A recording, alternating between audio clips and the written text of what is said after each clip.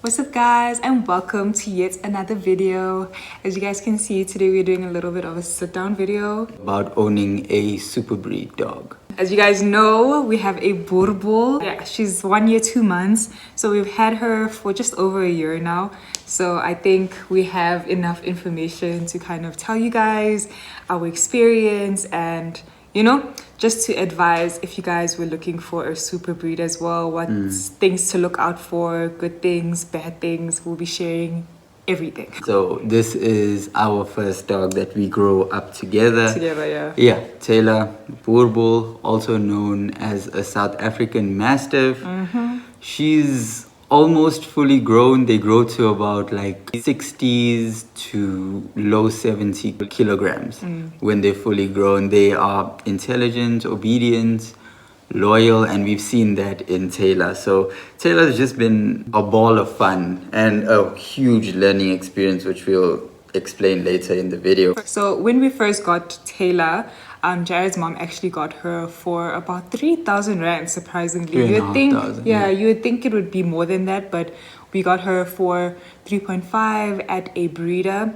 Again, we wouldn't suggest going to breeders. We would suggest starting at a shelter. Yes, at a shelter first. If you are looking for a dog, we would advise that you start there first. But yeah, we got Tayla from a breeder for 3.5. And yeah, she was just the cutest little baby ever. The Boerboel is I think it's a significant dog in a way that you can easily recognize them if you do know about the breed. They're mainly for family protection, so they are a big dog, a powerful dog, well-developed muscles, but they're also great to have around your family. So your kids and your grown-ups alike, like they just love. And they're intelligent, so I guess they can learn the family dynamics very easily and become a part of your family well. She does very well with new people and kids as well.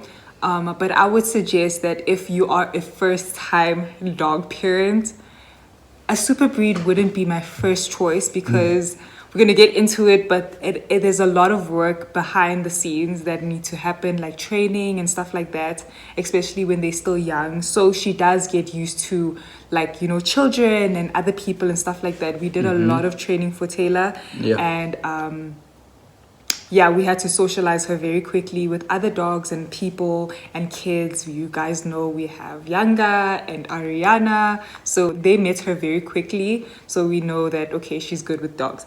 But yeah, her characteristics, guys, they are stubborn, okay? Tayla is stubborn because of the super breed and because of their nature. It just comes naturally that they want to do their own thing. That's why training is very important. Yeah, she's very intelligent, so training happens easily, and if you don't do it, we know they get very naughty. We had Boerboels in Durban, and she, even with the training, she's still naughty because she's just very intelligent. She knows how to get around her parents now, so she tries all the time. Tayla is mainly for security and love and cuteness, but like training will get them to that level that they will be a security dog. Without training, they could become a bit docile and too comfortable in their environment, and they could be scared of a lot of things. So with a super breed like Tayla, they take their cues from their owners very well. We've seen it. Tayla follows us. She looks at us for approval. She is very dependent on a strong owner, which both of us are to her. They need a very dominant leader, someone that can be very strict with them. They like kids, like dogs are like exactly like kids. When it comes to discipline, you have to be very, look at me say kids like we have kids. They need a lot of discipline in the beginning so they don't become problematic as they get older. So you need to be very strict. When you say no, it's a no, and when it's a yes, it's a yes.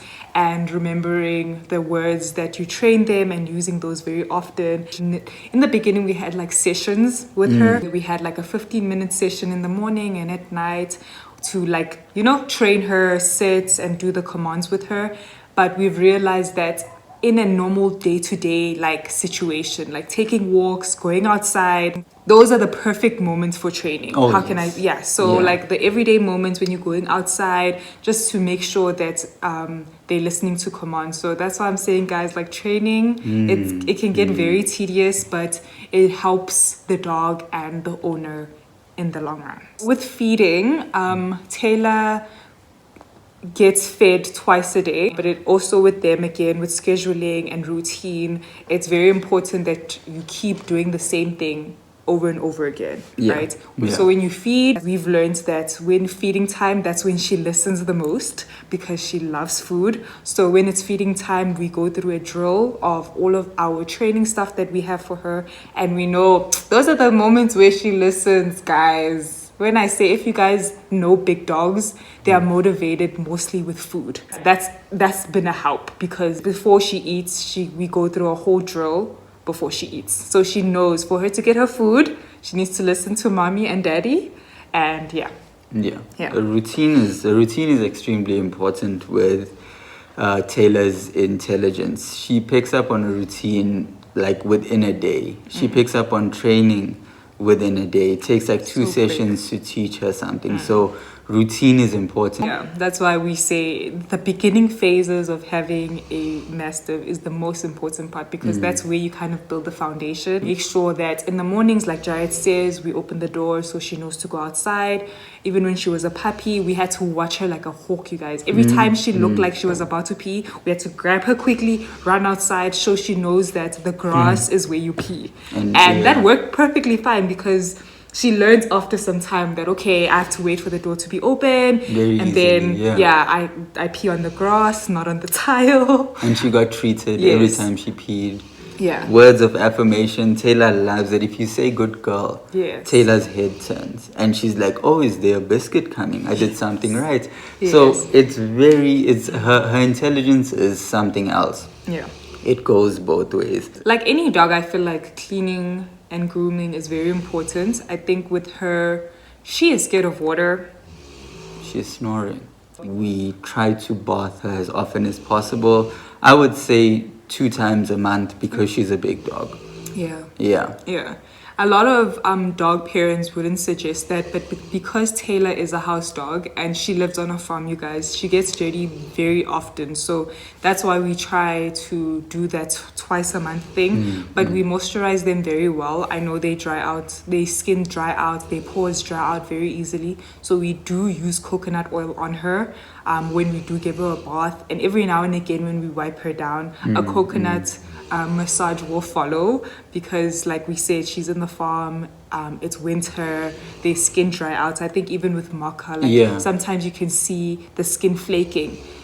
So those are moments where you know, okay, now I need to either use coconut oil, or is it dirt and they need a bath, you know? So you have to kind of watch them and know their routine and how everything is for them, you know? I could bath her every day if I could, okay?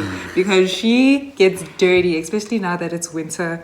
It's like dead grass, it's soil. She brings all of those things into the house. So I wish I could bath her every day, but don't do that. In the beginning, she was very afraid of water. We don't know why. More recently, she's calming down. She likes warm water over cold water, which is very bougie.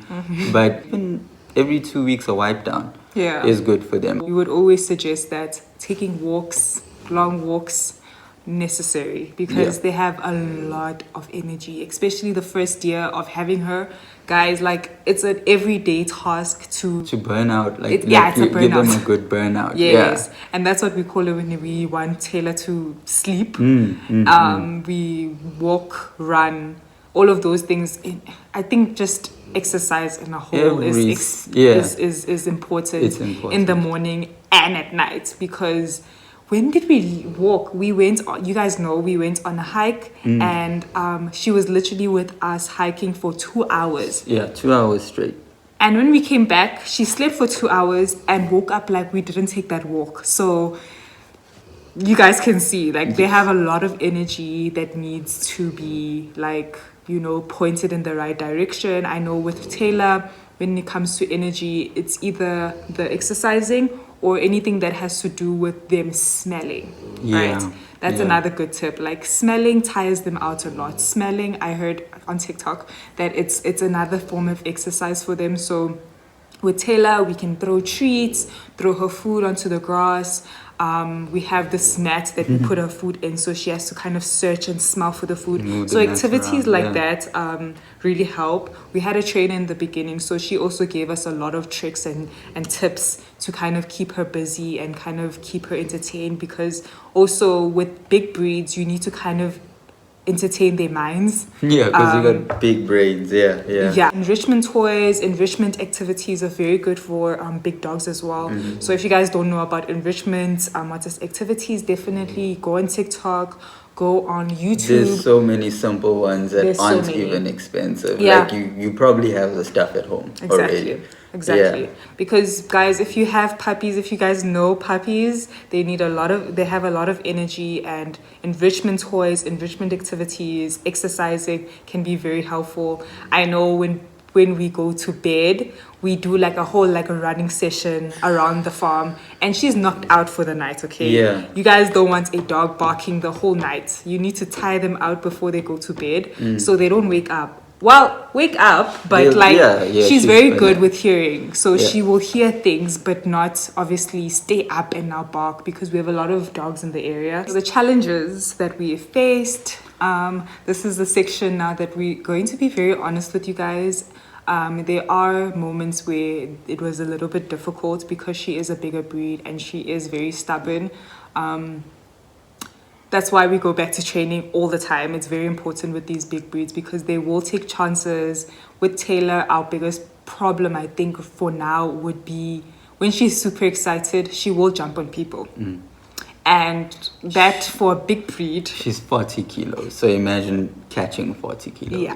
But that's like, I feel like the only issues. I know like with aggression and stuff like that as well. Like we've trained her when it comes to food aggression. When she was a puppy, we made sure that we hold the food. Like when she's feeding, we hold the bowl, we move around the food so she doesn't have any food aggression with someone touching the food.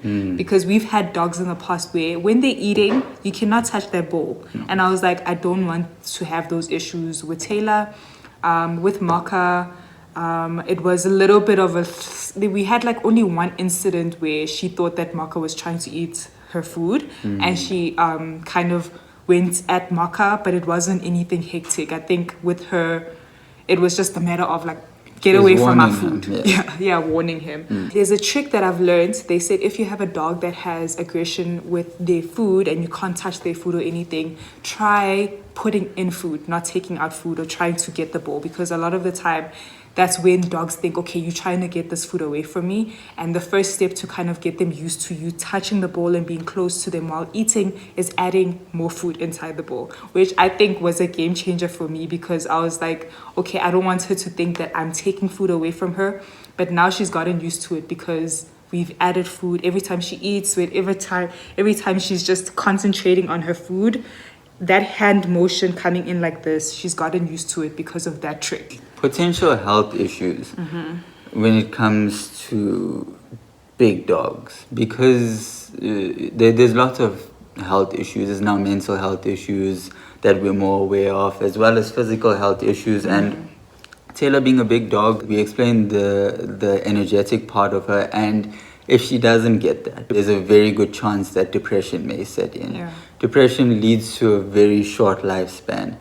Now, physical is, Tayla's a huge dog. I mean, 60 to 70 kilos. Some of us, God willingly, will never reach there. But she's a big dog, and with exceptional bone and muscle development, they can get frail in their old age. So the jumping needs to be minimized after, I think, about year 2. But they do calm down. Of course, other things to look out for is like skin health, coat health. Always be feeding your dog the right food. It's not bad. You just need to really pay attention to them. They aren't a problematic breed at all. They're just very wild. And she has this farm, which brings us to our next point, which is space requirements. Tayla would not survive in a small yard. big dogs need big spaces, guys. They do. And so if you don't have a big yard where they can just sprint and run and be free, I wouldn't suggest a big dog, to be honest with you, because like Jared said, for their health, like they need to be moving, they need to have Yeah. exercise, they need to have freedom, and yeah, it could cause to issues later on if you don't have a big Behavioral space. issues As a well, lot, yes. yeah, because they are a breed that is so well developed in terms of like physically, they need to play at 100%. So playing with other dogs is good, or if you play like us, Yeah. we sort of get Tayla to that point of where she's fighting and she's grappling and she's running at 100%. Now, you don't want that to happen on a leash. You want a big enough yard, or if you have access to a space. If you live in an apartment and you have access to a space like that, just know that she needs to be at 100% of her sort of physical capacity when she plays. Yeah. Like you guys should see her when she has the zoomies. I think we've told them Yeah, about the day the she ran zoomies into are- Tabang. Yeah, she ran into me, guys, and I flipped. She literally hit my knees, and my body went that way. Yeah. So, yeah. It was a somersault. And because they run so much and they need so much exercise, Boerboels, guys, they drink a lot of water. Okay, like I didn't expect that for Tayla. She drinks water. So that's definitely another thing to know if you want a Boerboel, is that they will drink water. Like Mocha drinks water every now and again. Tayla, by the gallons daily. It's crazy. Yeah, we fill up the bowl multiple times. So with maintenance, we think one thing, if you're going to have a big dog or any dog by that matter, you need to have a medical aid. Medical aid is very helpful. It's helped us so many times because Tayla has gotten hurt so many times with her vaccinations, with her checkups. It can be a Yeah. little bit costly. So I would definitely suggest a good insurance. Tayla has an insurance with Dockshore, and they've literally been amazing every single time we've gone. So Easy. that is one of the costs. Food is another cost. After we got Tayla, I did a lot of research on what's good for them to eat, and that's when we decided to keep her on a raw diet because it's best for her health and stuff like that. So definitely the cost will go up in that cost because the cost of meat is not very cheap. But you guys know we got shops. Now her 25 kilogram of food, which she shares with the other 4 dogs, comes to about 561 rand. Adult food. Puppy food was around 760, 720. It is more expensive because of the beginning stages. Like Tabang said about Dotsure and the vet bills. It's a small price to pay because to remove her toenail when she pooped all over the car, you guys remember that? To remove her toenail was 2,900. Crazy. Sedation Jared? alone was close to like $700. Yeah. Like you must see Cutting the bill. toenails Yo. was literally individual. Every time they cut one toenail, one. That's, I think, like another 10 rand or 40 something. bucks. They literally, that's how it is. So it's very important to have that. And guys, it's funny because that week when Tayla got her toenail removed, Jared got his tooth removed. Yeah. And yeah. it was how much? It was like way less. Like dogs are I paid expensive. $450 to remove my tooth with anesthetic, with me being there. Yeah. Yeah, the doctor was 450 there. 450 versus 2,900 for a toenail. I've lost a toenail myself for free. So yeah, definitely it's a little bit costly. I think it's something that definitely needs to be considered before having a big dog. Do your research, get your prices. and medical aid is reasonable for dogs. It's definitely reasonable. I mean, guys, we got that 2,000 back. Yeah, the Dotshore's So- claims process is like 24 to 48 hours, so Yeah. you have peace of mind in those situations. This the is not next day. sponsored. Yeah, this is not sponsored. That show.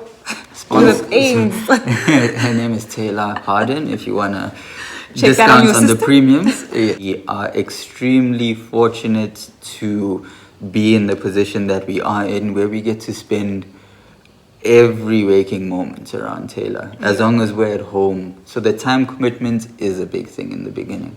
As a puppy, I would say you can get away with working and all of that stuff, but if you really wanna maximize like the potential, you need to spend a lot more time. Taylor some also comes to you, and she's like, okay, I'm bored now, play with me. Yeah. And Taylor's play sessions are anywhere between 10 minutes to 40 minutes, depending on how she's feeling. So I think your time commitment with a bigger dog is, or with any dog. Yeah, with any dog. I think it only differs when you start going to like cats. The older they get, it becomes easier, especially with Taylor. Now that she's a bit older, we leave her with Jared's mom and she's perfectly fine.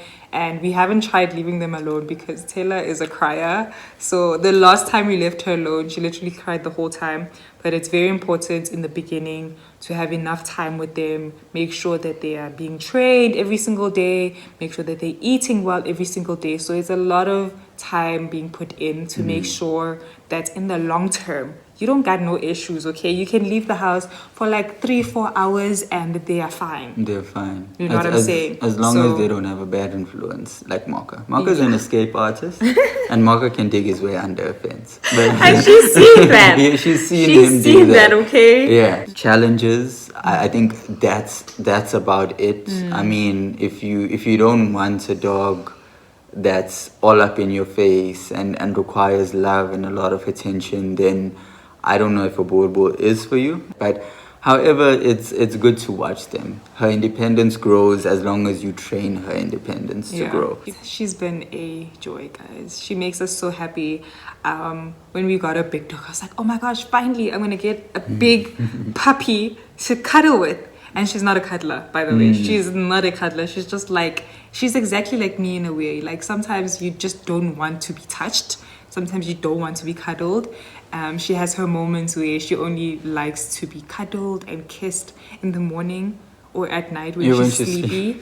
But other than that, I don't have a cuddle buddy that I thought I would get. But she is such a joy, guys. Like seeing her play, seeing her jump around, seeing her meet other dogs and just be amazing it just makes me so happy, because if you have a happy dog, you have a healthy dog. So it's like watching a dope human being. Yeah. And she has expressions, guys. If you see Taylor and this one eyebrow pops up like this, you know she's like, what are you doing? What's going on? How can I involve myself in what you're doing? She's very expressive. She's just amazing. She is. So I've always wanted, I had Boerboels in Durban. We had super breeds in Durban. Boerboels, we had crosses. We had like 3 dogs, right? We had 2 Ridgebacks. They had 8 puppies. We had 2 Boerboels, poodles, Josie. Josie's a sausage dog. We had a Ridgeback crossed Labrador. We had lots of dogs. Yeah. So Jared has a lot of experience when it comes to this compared to me. Yeah. So for me, when I wanted a Boerboel, I would always say that a Boerboel is my number 1 breed. Especially here on the farm, I always said when I get a house with a yard, I'm taking Mocha. Now we have a massive yard, so we can get a massive dog. And for me, Taylor's been everything I wanted in a dog. Like everything I wanted and needed in a dog.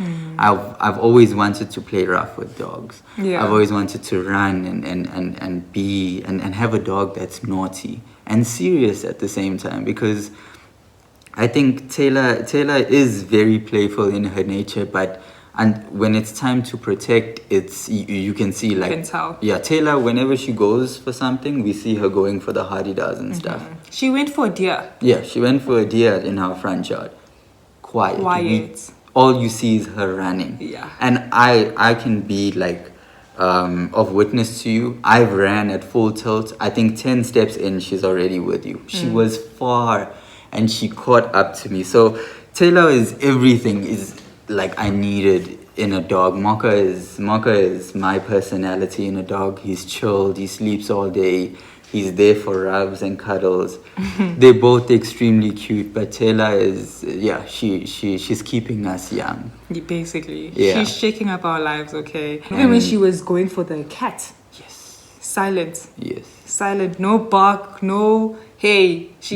You're gonna look back and she's right there. She's the perfect balance of play and power. She loves so much. You can see that like her protectiveness comes from love. Yeah. And for us as a family, we feel very comfortable with that because her protectiveness is based on the fact that she loves these people that walk on two legs. And she'll she, protect yeah, them. she loves them, and nothing's gonna come in between. She's good with people, especially when she can tell, like, she will only approach someone when she knows that we are good. Like, if I Yeah. say hello and reach out for a hug or reach out for a handshake, then she's okay.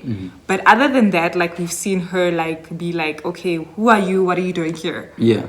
Tayla has been an ultimate blessing. I remember, like, in the beginning speaking about it, and I would say praying about it, and God blessed us with everything we really needed in a dog. You're gonna cry. No, no. Taylor's everything. Her love, her loyalty, her kindness. I think she picks up a lot of that from us, and it's been such an amazing experience so far. I can't wait for the rest and to grow and evolve with Tayla. I love owning a super breed dog. I would encourage anyone to, if you have the means for it, definitely it has to be on the bucket list. Yeah. Any dog. Yeah. Any dog. I think any dog, like I said in the beginning, if you want a dog, start with the shelters because those are the dogs that really need homes. And I know with breeders, it could be very expensive and they only do it for money. I know And with Tayla. problematic, yeah. Yeah, with Tayla, guys, when she came, she was in a very bad condition. You would never say she was from a breeder. In closing, if you decide to have a dog, dogs are a part of the family. They are not like the way people used to treat dogs growing up, you guys, is kind of crazy. Now that I have a dog and I've experienced it, people weren't treating dogs well. So that's why you get incidences where things happen with dogs, and I don't want to get into that conversation because the moment you It's the owner. But it's very important to show love, to have discipline, to train your dogs and make sure that they have the best environment to thrive and to live a happy life, guys. Like, yes, you can get a dog for protection, but it can't just be that. Like, you can't just have a dog chilling outside, not have the things that they need, and just like, they're gonna protect us, we're gonna be fine, just giving the dog bare minimum. Because that's when you get very naughty dogs. You get aggression. You get so many things. So it's very important if you are planning to get any type of dog, like take away Tayla, any type of dog, do your research on what they need to eat, the things, what's good for them, the medical aid, the training, put time in all of those things because it's just very important when you have a dog. Like, it's not just a thing that you can just have. It takes a lot of work. It takes a lot of intentionality to have any type of dog. It takes maturity and responsibility to also own a dog. Also, look at yourself. Like, I know this may seem harsh in a way, but look at yourself and ask yourself truly, do I want a dog for the right reasons? Because wanting a dog and having a dog are two very different things. There are moments where you wake up at 1 a.m. because the dog is sick or because the dog just needs to go out, and then she stands there at the door and decides, I don't want to pee, I just wanted to sniff the air. And there's moments where you learn a lot from a dog, and a dog learns a lot from you. A dog learns its value from you. So how your dog treats you and reacts to you and the people around you ultimately is a reflection on you. So be prepared, be responsible, and always just approach dogs with love. You can approach a strange dog with love and it will not attack you. I've done it before. Cats, I don't know, but dogs, so just be very mindful of that. I think we've shared based on our experiences. I know a lot of people have different experiences when it comes to mastiffs and pit bulls and terriers. And it's sausages. just a lot going Yeah. on. But just understand that what we share today is just based on our experiences And our with Tayla perspective, and yeah. our perspective and our tips and advice on what we've done to kind of make having a boerboel a breeze and easy. So you can take it with a grain of salt. I mean, everyone's experiences are different, like I said. So definitely go to a professional, go to a trainer.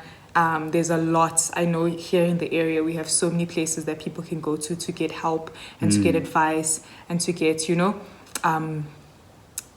mentoring, I guess, when it comes to dogs. So definitely put in the work. And yeah. If you are unsure, if you ask yourself the question, I really want a dog, but I'm not sure on what I need to be in order to give the dog the best life, go to any one of the shelters. I know Dogtown is very good. They allow you to interact with dogs without making a commitment. Yeah. You can literally go there and spend 3-4 hours of your Saturday playing with the dogs, helping them out as a community initiative. You can serve in that way.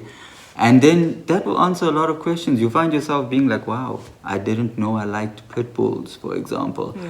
Because It's they have a bad rep, shame. Like Yeah. Tayla, I know when we first got Tayla, like people were shocked, like, oh my gosh, she's A gonna Boerboel. bite. Oh A my Boerboel. gosh, why would you get a dog so vicious? And guys, they have such a bad reputation, and it makes me so sad because Yeah. I'm feeling it firsthand because now Tayla is my child, and when you see the response and the reactions, it really breaks my heart that that's the reputation that they have. But again, all love over here. If you guys enjoyed the video, definitely like and comment. You guys are more than welcome to ask us any questions down below. Thank you guys for watching. Yes. We'll see you guys in the next one. Bye. Bye. Let me show you guys Tayla before we close off completely. She is sleeping. This is what Say you're hello. hearing. Bye. The curly baby, and Say she has extra bye. skin. She love you. Good luck with any puppies and dogs that you're gonna want.